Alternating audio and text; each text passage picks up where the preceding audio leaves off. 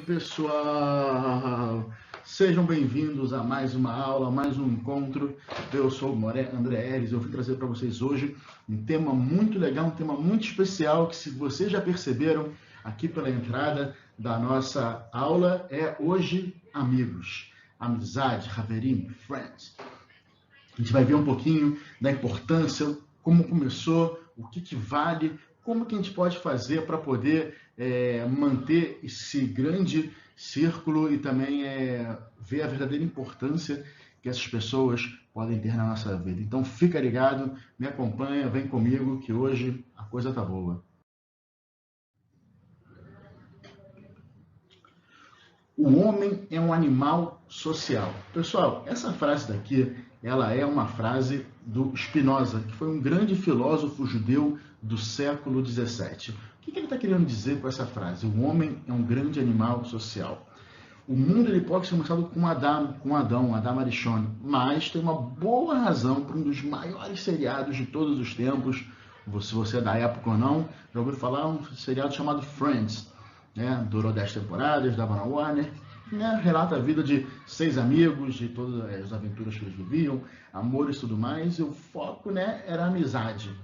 Esse foi um dos grandes seriados, muito reprisado em todos os veículos, inclusive tem na Netflix. Se você ainda não viu, vale a pena assistir, que é muito interessante. Mas deve ter um motivo para um dos maiores seriados chamar Friends, amigos. Pessoal, será que a gente precisa de amigo?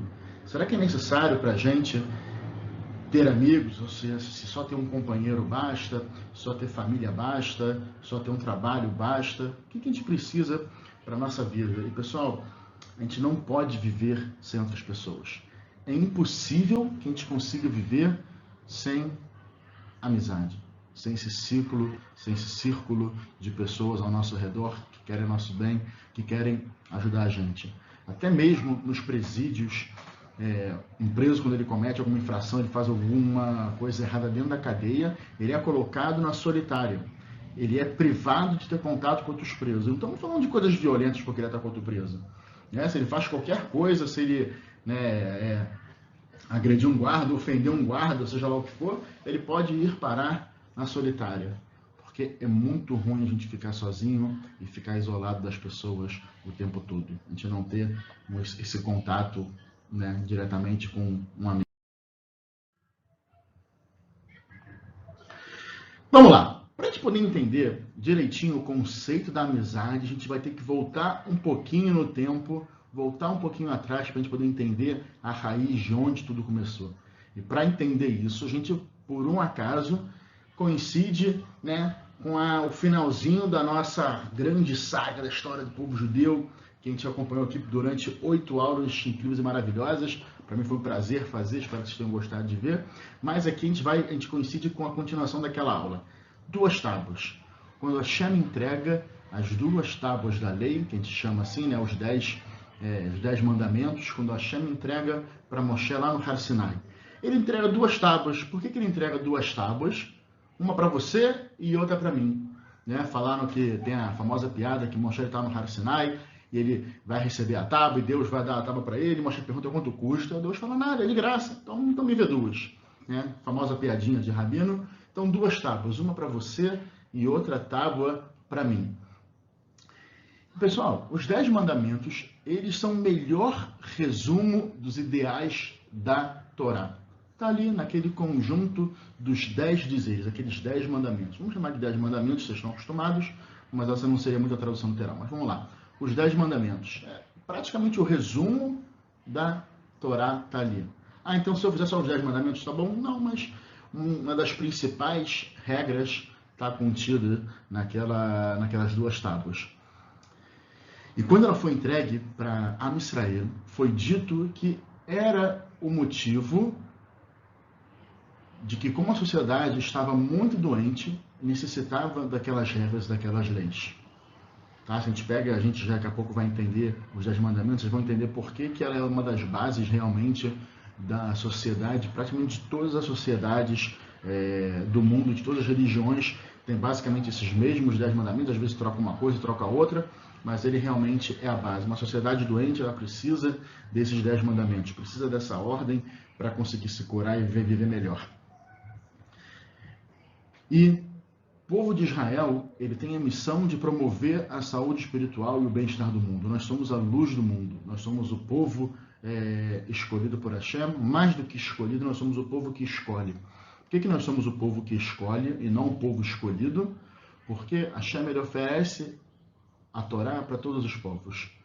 E oferece para um povo e fala, mas eu não posso roubar, então eu não quero. Oferece para outro povo, você não pode matar, então eu não quero. Oferece para outro povo, você não pode cometer adultério, então eu não quero. E oferece para Israel. Afinal das contas, nós aceitamos, ou seja, nós escolhemos a Torá. Nós escolhemos seguir a Torá, Hashem escolheu a gente e a gente escolheu seguir a Torá. Então, mais do que o povo escolhido, nós somos aquele povo realmente que escolhe. E a principal questão que a gente vai ver aqui é o seguinte: por que Deus colocou os 10 mandamentos em 2 tábuas separadas? Qual a real necessidade disso? Por que Deus não pega numa tábua só e não colocou todos os dizeres? Aí você pode pensar, mas ia ficar muito pesado para Moshe carregar uma tábua só grandona, então melhor é carregar 2 tábuas de pedra. A gente sabe que na verdade não, milagrosamente a tábua ela nem pesava e tinha outros milagres que ocorriam, né, com a tábua. Por exemplo, a letra era vazada, de maneira que quando você visse a pedra de um lado, você via escrito, e quando você via do outro, não é que estava ao contrário, estava espelhado, tinha um milagre que você via escrito normal e a pedra era vazada. Então tinham vários milagres, inclusive que não pesava nada. Então qual a real necessidade de Hashem dividir tudo isso em 2 tábuas, dividir os 10 mandamentos? E aí a gente vai chegar agora aqui, vamos ver um pouquinho os 10 mandamentos para a gente poder entender o motivo disso. Então a gente tem o primeiro mandamento, clássico, todo mundo sabe: eu sou o eterno teu Deus, que te tirei do Egito, da casa dos escravos. Esse é o primeiro mandamento. Tá? A gente não veio hoje falar dos 10 mandamentos, não veio falar da importância de cada um, mas esses aqui são os 10 mandamentos. Então o segundo mandamento: não terás outros deuses diante de mim, não farás para ti imagem, escultura do céu, da terra e tudo mais. Eu dei uma resumida aqui, porque senão não ia caber no nosso slide, mas ele é só um pouquinho maior, esse mandamento. Terceiro mandamento: não jurarás em nome do eterno teu Deus em vão. Quarto mandamento: lembre, guarde, dependendo de quando foi repetido o mandamento, do dia do Shabat para santificá-lo. Quinto mandamento: honrarás teu pai e tua mãe, para que se prolonguem os teus dias sobre a terra que o eterno teu Deus te dá. Maravilha, os primeiros 5 mandamentos, primeira tábua. Vamos agora para a nossa segunda tábua.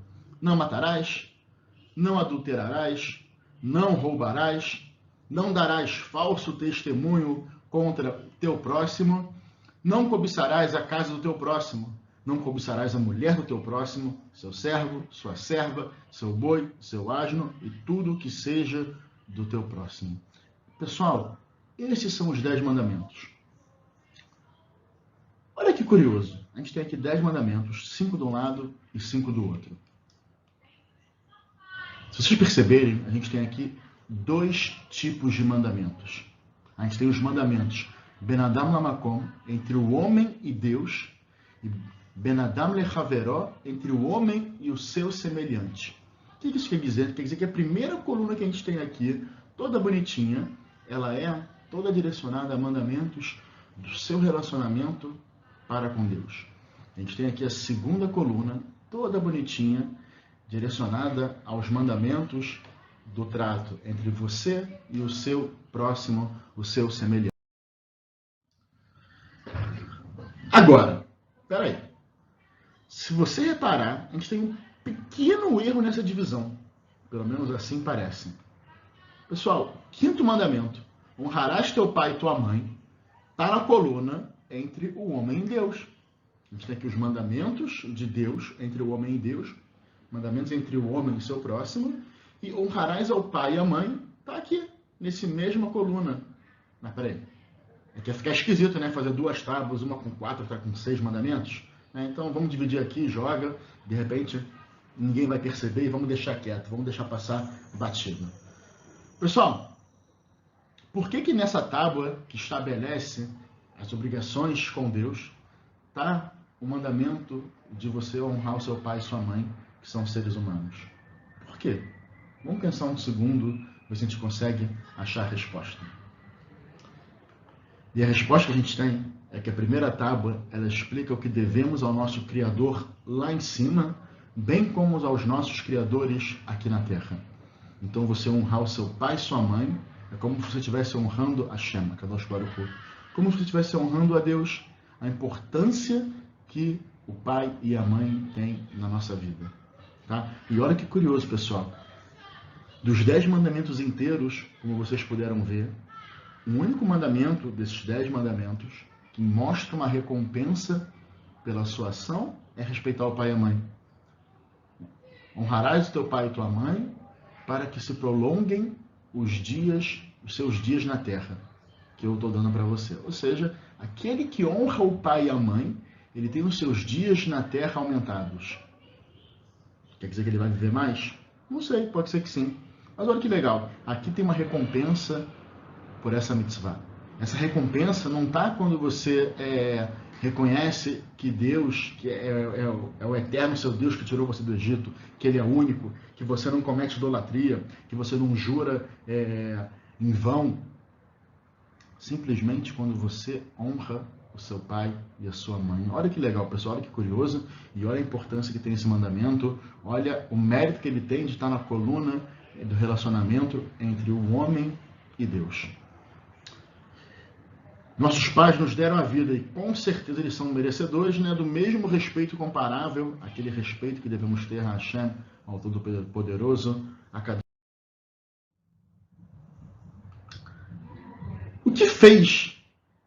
O que Deus fez foi demonstrar explicitamente que a religião não está restrita aos nossos compromissos com Ele. Olha que visão interessante, pessoal. Dividindo esses dois mandamentos, a gente tem aqui uma coluna do relacionamento homem e Deus, uma coluna do relacionamento homem e homem, que não estão misturados. Então, o que Deus está mostrando para a gente? A religião, vamos chamar de a religião assim, né?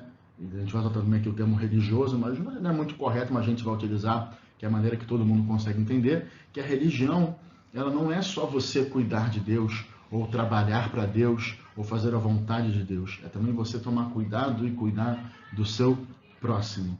Ou seja, ser religioso significa tanto ser ético, quanto ser praticante. Você não pode ser religioso se você é uma pessoa ética, mas não pratica a religião, a parte divina da religião, como você também não consegue ser religioso se você só pratica a parte espiritual, a parte do relacionamento entre você e Deus, e não a parte do relacionamento e o homem e o ser humano. Então a gente tem aqui, desculpa. Por que Noé, então, ele não foi o primeiro judeu? A gente agora recebeu os mandamentos. Já que a gente recebeu os mandamentos, vamos tentar entender um pouco agora essa divisão que foi feita, né, entre as duas tábuas do Ben Adam Lechaveró, entre o homem e seu semelhante, que é a segunda tábua, e Ben Adam Lamakom, entre o homem e Deus, que é a primeira tábua. Por que então que Noé ele não foi o primeiro judeu? O modo que a gente lida com as pessoas é tão importante quanto o modo que nós lidamos com Deus. E a tradição judaica dá um passo adiante. Na verdade, a gente deve priorizar as pessoas. Como assim? Vamos entender. Isso explica por que Avraham ele foi o primeiro judeu. Embora a própria Torá registre que Noé, 10 gerações antes de Avraham, ele andava com Deus. Tzadik bedorotav, ele era um homem justo, íntegro na sua geração. E Hashem andava com ele. Hashem andava do seu lado. Está na Torá. Isso. Noé, aparentemente, ele tinha todas as qualificações certas para ser nomeado o primeiro judeu. Ele era um homem justo, um homem íntegro. Deus andava do lado dele. Meu amigo, me dá logo o prêmio. O que está faltando? Deixa eu ser o primeiro da lista. Deixa eu puxar o bonde. Era isso, de repente, que Noé queria, e de repente essa era a vontade de Hashem, mas não foi assim que aconteceu, e vamos descobrir agora por quê. O histórico dele faz com que ele pareça um super judeu, né? E com certeza ele mereceria ser considerado o fundador do judaísmo. De novo, ele é chamado de Ish Tzadik Bedorotav. Ele era um homem justo, um Tzadik. Isso não é falado de Abraham, nem de Isaac, nem de Jacob, mas é falado de Noé. E quem poderia ser melhor do que um homem descrito como um homem justo e perfeito nas suas gerações? Está lá, Sefer Bereshit, capítulo 6, versículo 9. Como é que ele não chegou a atingir o nível de se tornar o primeiro judeu? Parece que tem alguma coisa errada aqui, pessoal. Vamos descobrir onde é que foi que Noé vacilou, onde é que foi que Noé vacilou. A Torá ela fala que ele era perfeito em sua geração, nas suas gerações. Peraí. O que quer dizer com que eu sou perfeito na minha geração? Se o professor vira para você e você fala que você é o mais inteligente da sala, quer dizer que você é o mais inteligente do mundo? Não. Quer dizer que você é o mais inteligente da sala. Pode ser que você seja o mais inteligente do mundo? Pode. Mas não foi assim que o professor te qualificou. Ele qualificou você como o mais inteligente da sua sala, ou talvez da sua escola, mas não quer dizer que você é o mais inteligente do mundo. Então, Hashem ele fala que Noé ele foi justo nas suas gerações. Naquela geração toda, naquelas gerações todas que viviam naquela época, Noé era o cara, ele era o top. Primeiro lugar. Os comentaristas inferiram que caso Noé tivesse vivido na mesma geração de Abraham, talvez ele não teria sido considerado isso tudo. Tem uma discussão muito grande na Torá, realmente, em torno dessa questão. Será que se Noé vivesse na mesma geração de Abraham, né, que depois a gente vai pulando gerações, vai até Abraham, que é o primeiro judeu, será que ele seria isso tudo? Ou ele só foi aquilo tudo porque a geração que ele vivia realmente era uma geração muito ruim? Não vale a pena entrar nessa miudeza de detalhe, mas a gente vai entender exatamente qual foi o erro de Noé. Por que isso? Noé viveu uma geração de pessoas corruptas e, obviamente, ele não estava suficientemente envolvido com elas para influenciá-las ou salvá-las. Aí você vai pensar, qual o problema? Se eu vivo num lugar onde todo mundo é corrupto e ruim, quanto menos contato eu tiver com eles, melhor. Quanto mais afastado eu tiver deles, melhor. Certo? Talvez. Por um lado, sim, porque você acaba também não se corrompendo. Agora, por um outro lado, você não tem voz e você não tem chance de atingir essas pessoas. Como é que Noé, que vivia isolado no mundo dele, vivia a vida dele, como que ele iria chegar agora para todas as pessoas daquela geração que fazia tudo errado e convencê-los de fazer certo? Ele vivia na sua pequena arca. E ele estava satisfeito em ser justo com ele mesmo. Ele via o circo pegar fogo lá fora. Meu amigo, estou aqui na minha fazenda, plantando aqui meu quiabo, meu aipim, comendo alface, chupo laranja no pé da árvore, minhas galinhas, estou aqui com a minha família, minha esposa, meus filhos, minhas noras, estou de bem. Deixa o mundo se acabar lá fora, que aqui o judaísmo, né, vamos dizer que nem tinha judaísmo ainda, aqui está seguro, aqui eu vou segurar. Pessoal, a gente quando faz isso está errado. A gente se isolar na nossa arca está errado. A gente quando pega e se fecha, já que os outros estão errados, eu não vou compactuar, não vou fazer nada, e tão pouco eu vou pedir para eles mudarem. Eu vou me afastar completamente. Era isso que Abraham fazia? Abraham ele tem a característica de Hesed, de bondade. Abraham era uma das pessoas mais bondosas que tiveram. Ele fazia completamente o inverso. Então, pessoal, o veredito final que a gente tem sobre Noé, uma pessoa cujos vizinhos todos foram destruídos pelo dilúvio, né, de acordo com os pecados que eles mesmos cometeram, é que ele deve ter sido uma pessoa maravilhosa, um devoto maravilhoso nas relações entre o homem e Hashem. Já na relação entre o homem e o outro homem, de repente ele foi o mais descuidado. Ele deu mais valor para os primeiros tipos de mandamento da primeira tábua do que para o segundo. Ele cuidava mais do seu tato com Hashem do que com o próximo. Já Abraham, pessoal, fez completamente o inverso. Abraham ele fez Brit Milá com 99 anos. Então ele estava lá na sua tenda, no terceiro dia do Brit Milá, que é o dia mais dolorido. Ele estava sentado e Hashem vem e faz uma visita para ele. Hashem vem ver como é que fazer Bikur Holim, né? Veio visitar um doente, veio ver como é que Abraham estava, tudo bem, Abraham está conversando com ele, né? E Abraham estava triste. Triste porque ele estava com dor, triste porque ele estava ali deitado na cama, não. Ele estava triste porque ele não podia fazer o que ele fazia de melhor, o que ele amava fazer, que era Hesed, que era receber as pessoas, cuidar das pessoas. Então Abraham estava muito triste. E Hashem, vendo toda aquela situação que Abraham se encontrava, ele envia 3 pessoas, né, 3 anjos, para passar na frente da tenda de Abraham. Abraham estava lá com a sua tenda montada no deserto, com entradas de todos os lados. Ele estava lá sentado, né, de repente vendo se passava alguém, e Deus fez aquele dia ser um dia muito quente. Muito quente. Tão quente que ninguém nem ia querer viajar só para Abraham ficar em casa descansando, não ter que se preocupar. Mas mesmo assim, Abraham estava preocupado com o próximo. Então, Deus envia 3 pessoas, 3 anjos, e quando Abraham vê que tem 3 pessoas passando, ele simplesmente vira para Hashem e fala: opa, segura um minutinho aqui, obrigado pela visita, eu tenho que fazer o que eu faço de melhor, receber as pessoas.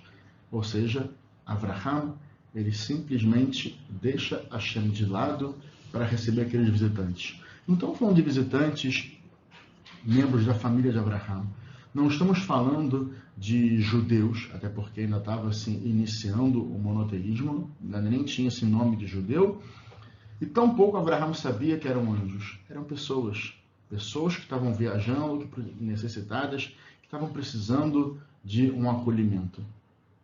Pessoas idólatras. E Abraham fez questão de deixar Hashem de lado e receber essas pessoas. Então, peraí, pessoal. Isso parece ser completamente uma reversão de valores. Parece que Abraham fez completamente o inverso de Noah. Então, por que ele pode ser nomeado primeiro judeu e Noah não? Se ele também está errado, afinal de contas ele deixou Hashem de lado para poder cumprir a segunda parte, o segundo tipo de mandamento, a segunda tábua. Na verdade, ele coloca, né, o homem acima de Deus. A gente vê a conclusão aqui, a conclusão bonita, é que o que acontece? Abraham, ele percebe que Hashem, no alto da sua bondade, da sua sabedoria, Hashem não precisa de nada, Hashem não é necessitado. E uma pessoa tem necessidade, o ser humano tem necessidade. Então aquelas pessoas precisavam de comida, precisavam de água, precisavam descansar um pouco, pegar uma sombrinha, afinal de contas estava muito quente aquele dia, e Hashem não precisa. A gente reza para Hashem porque a gente precisa rezar para Hashem, não porque Hashem precisa da nossa reza. Você rezar ou não rezar para Hashem, isso não muda a vida de Hashem. Ele não vai ganhar mais ou ganhar menos por causa disso. Isso influencia a nossa vida, isso faz diferença para a gente. E Abraham, ele sacou isso. E quando ele cumpre a segunda parte, quando ele cumpre segunda tábua, isso é como se ele também estivesse cumprindo a primeira. Ah, então peraí. Quer dizer então que ele não precisa fazer a primeira, só fazer a segunda? Também não. A gente tem aqui uma historinha chamada um praticante tolo. O que é um praticante tolo? Você imagina só uma pessoa que está lá no cais, por uma casa ele está ali passando, ele resolveu hoje colocar tefilim ao ar livre. Eu vim rezar ao ar livre. Então, parou ali, observando aquele visual bonito, olhando o mar, o sol nascendo, ele bota o tefilim, coloca o talit e está rezando, reza Shema Israel. Ele começa a rezar a Amidah. Shemorá Israel é uma das rezas mais importantes que a gente tem, no momento que a gente se conecta com Hashem, que a gente fica em silêncio, né, fica de pezinho junto, que os portões do céu estão abertos para atender a gente. Ele está lá rezando para Hashem, com toda a kavaná, com todo o fervor dele, com toda a emoção, quando de repente uma pessoa começa a se afogar ali na água, no mar. E aqui a pessoa pensa, quer saber? Eu não posso parar agora a minha reza, porque eu estou falando com Hashem, estou falando com Deus. Então, no meio da minha reza é muito mais importante, eu não posso parar isso por nada. Eu não posso salvar aquela pessoa agora. E está errado. Por quê? Porque Hashem ele pode esperar. E como a gente falou antes, uma pessoa que pratica toda a parte do homem com homem e ignora Deus está errado.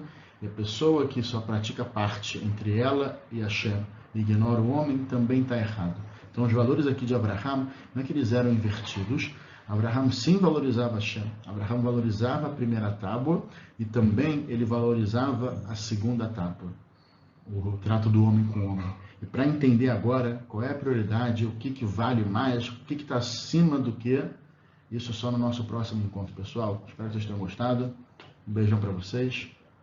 Meu coração, saudade de todo mundo. A gente vai se ver muito em breve, Bezerra Hashem, lá no Bait.